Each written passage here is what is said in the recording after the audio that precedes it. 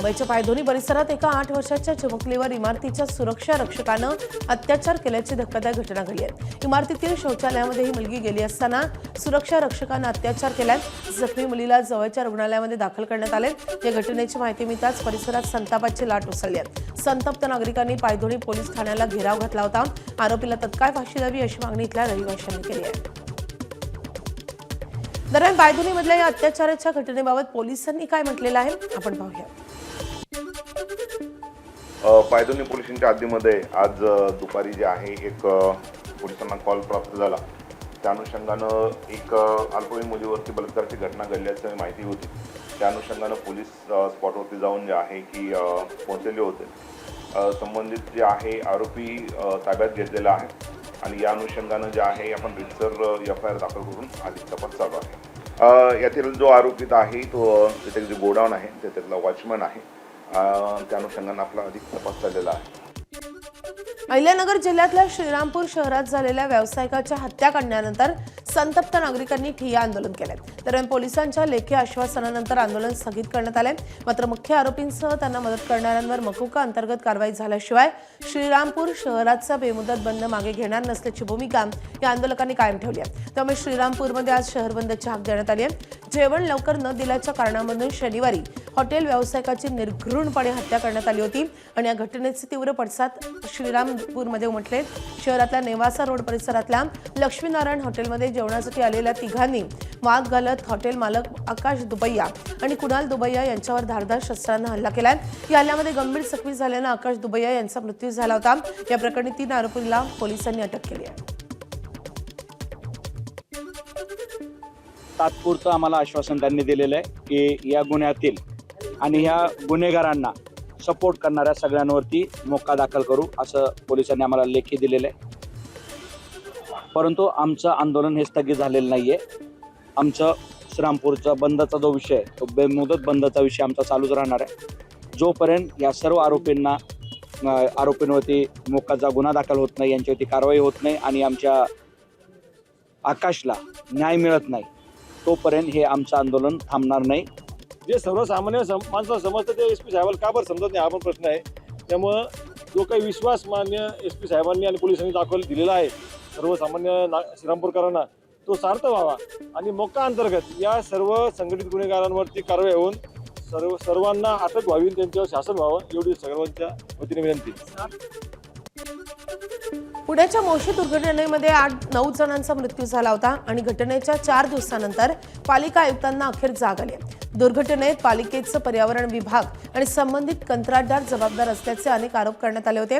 त्यानंतर अखेर पर्यावरण विभाग आणि संबंधित कंत्राटदाराला नोटीस बजावण्यात आली आहे। दुर्घटनाग्रस्त इमारत उभारताना सर्व परवानग्या घेतल्या होत्या का, सुरक्षेच्या दृष्टीने खबरदारी घेतली होती की नाही याचा जाब नोटीसद्वारे विचारण्यात आलाय।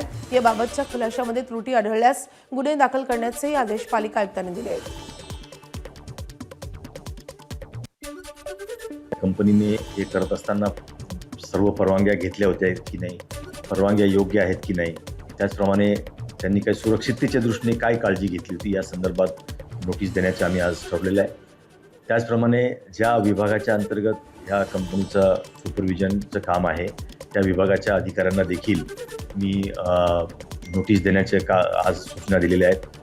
त्याचप्रमाणे या कंपनीच्या कामकाजामध्ये किंवा ह्या ज्या काही परवानगी असतील किंवा याच्यामध्ये जर काही त्रुटी आढळल्या तर त्या कंपनीच्या विरुद्ध गुन्हे दाखल करण्याबाबत मी आज सूचना दिलेल्या आहेत। त्यासंबंधचं लीगल ओपिनियन घेऊन तात्काळ ती कारवाई करा म्हणून मी सूचना दिल्या आहेत।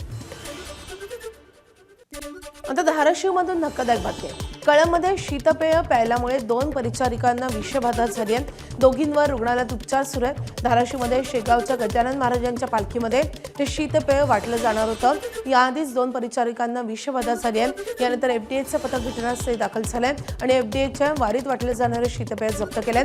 शीतपेय कुठून आले, कोण वाटणार होते याचाही तपास सुरू आहे। संबंधित एजन्सीचा लातूरमधील साठाईस विक्री करण्याचे आदेश देण्यात आलेले आहेत। विषबाधा झालेल्या दोघींची प्रकृती गंभीर आहे। पालखी शहरात दाखल होण्यापूर्वी हा धक्कादायक प्रकार समोर आल्यानं मोठा अनर्थ टळला आहे। जो डिस्ट्रीब्युटर आहे प्रॉपरचा आतार म्हणून गोल्डन त्याचं नावाचं एक दुकान आहे, त्यातून त्यांनी आणलं होतं. तर त्या ठिकाणी 11 बॉक्स त्याच्याकडे होते ते स्टॉकमध्ये. आम्ही त्याला वितरित करू नका म्हणून त्याला तिथंच आम्ही थांबून ठेवलं. त्याच्यानंतर FDच्या अधिकाऱ्यांनी ते पण ताब्यात घेतलेलं आहे. आणि ज्यांनी ते गोल्डनवाल्यांनी जिथून आणलेला होता, तर त्याला आम्ही सांगितलं, त्या लातूरवाल्याचं एक एजन्सी आहे, गोविंद कृष्णा म्हणून त्याचं नाव आहे. त्या ठिकाणी त्याला लातूरवाल्याला आम्ही सांगितलं की कोणाला डिस्ट्रीब्यूट करू नका, आहे स्टॉक तिथं थांबून ठेवा. आणि ज्या ठिकाणी तुम्ही डिस्ट्रीब्यूट केलेलं आहे प्रत्येक तालुक्यामध्ये त्यांना पण तुम्ही थांबून ठेवा म्हणून आम्ही हे सगळं थांबवलं. फॉर यू म्हणून ते त्यांनी विकत घेतलं होतं आणि ते त्यांनी प्यायलं आणि बसस्टँडवर प्यायल्यानंतर त्यांना उलटी मळमळ असा त्रास जाणवू लागला. ते परत जिल्हा रुग्णालयात दाखल झाले. त्यावेळेस इथले जे वैद्यकीय अधीक्षक आहेत आणि सगळे मेडिकल ऑफिसर्स, सगळा स्टाफ इथं हजर होता. त्यांनी त्याला ट्रीटमेंट केली, परंतु फार थोड्या वेळामध्ये पेशंट सिरियस झाला. दोन्ही पेशंट सिरियस झाले. एक पेशंट जास्त क्रिटिकल होता. कल्याण पश्चिमेतल्या घोलपनगर परिसरात काल पाडकाम सुरू असलेली इमारत कोसळली आहे. रिडेव्हलपमेंटसाठी पाडकाम सुरू असलेल्या विनायक दर्शन इमारत अचानक कोसळल्यामुळे परिसरात एकच खळबळ निर्माण झाली आहे. इमारतीचा मोठा भाग थेट रस्त्यावर कोसळल्यानं काही काळ भीतीचं वातावरण निर्माण झालं होतं. इमारत कोसळतानाचा थरारक व्हिडिओ सोशल मीडियावर व्हायरल झालाय. पाडकामाच्या ठिकाणी पुरेशी सुरक्षा व्यवस्था आणि संरक्षणात्मक उपाययोजना नसल्याचा आरोप स्थानिक नागरिकांनी केला. दरम्यान JCBच्या सहाय्यानं कोसळलेल्या इमारतीचे भाग हटवण्याचं काम सध्या सुरू आहे. ह्या लोकांना, वॉचमॅनांना मी सांगितलं पण होतं की आम्हाला थोडंसं कळवा, जेव्हा तुम्ही बिल्डिंग पाडता तर आम्ही बाहेर जाईन मी माझ्या मुलांना घेऊन. त्यांनी मला काहीही कल्पना न देता ती बिल्डिंग पूर्णपणे कोसळली आणि त्या बिल्डिंगचा अर्धा भाग इकडे घराकडे आला आणि खिडकीची काच तुटली. जर नुकसान झाली असती तर ती भरल्या गेली असती, पण जर माझ्या मुलाला काही झालं असतं तर याची भरपाई कोणीच दिली नसती. समजलं नाही. आता एकदम अचानक पडली बिल्डिंग, काय सुचवणच केलं मला काय. कल्याण डोंबिवली महानगरपालिकेचे अधिकारी आले होते की ते? हो आले होते, पण घरी नाही आले, ते बाहेरच्या बाहेरच गेले.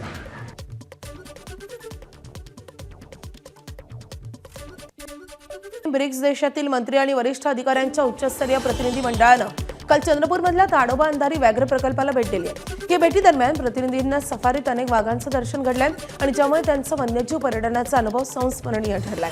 सुमारे 70 सदस्यांच्या प्रतिनिधी मंडळासाठी कोलारा, मादनापूर आणि बेलारा बफर प्रवेशद्वारांवरून 20हून अधिक सफारी वाहनांची व्यवस्था करण्यात आली होती. परदेशी प्रतिनिधींनी मादनापूर प्रवेशद्वारातून व्याघ्र प्रकल्पात प्रवेश केला, तर इतर प्रतिनिधींनी बेलारा आणि कोलारा प्रवेशद्वारांद्वारे सफारीचा आनंद लुटलाय. अयोध्येतील राम मंदिरातील दानचोरी प्रकरणी सर्वोच्च न्यायालयामध्ये आज महत्त्वाची सुनावणी होणार आहे.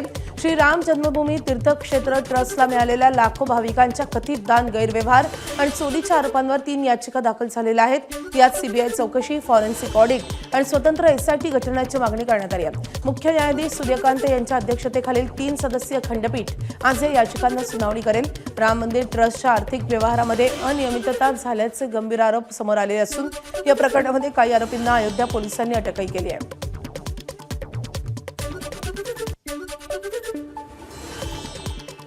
आणखी एक महत्त्वाची बातमी आहे. केंद्र सरकारनं सेंट्रल विस्टाचं नाव बदललंय. सेंट्रल विस्टा आता कर्तव्य भवन एरिया म्हणून ओळखला जाईल. केंद्रीय नगरविकास मंत्री मनोहर लाल यांनी ही माहिती दिली आहे. सेंट्रल विस्टाच्या पुनर्विकसित भागाचं नाव आता कर्तव्य भवन कॉम्प्लेक्स असं असेल.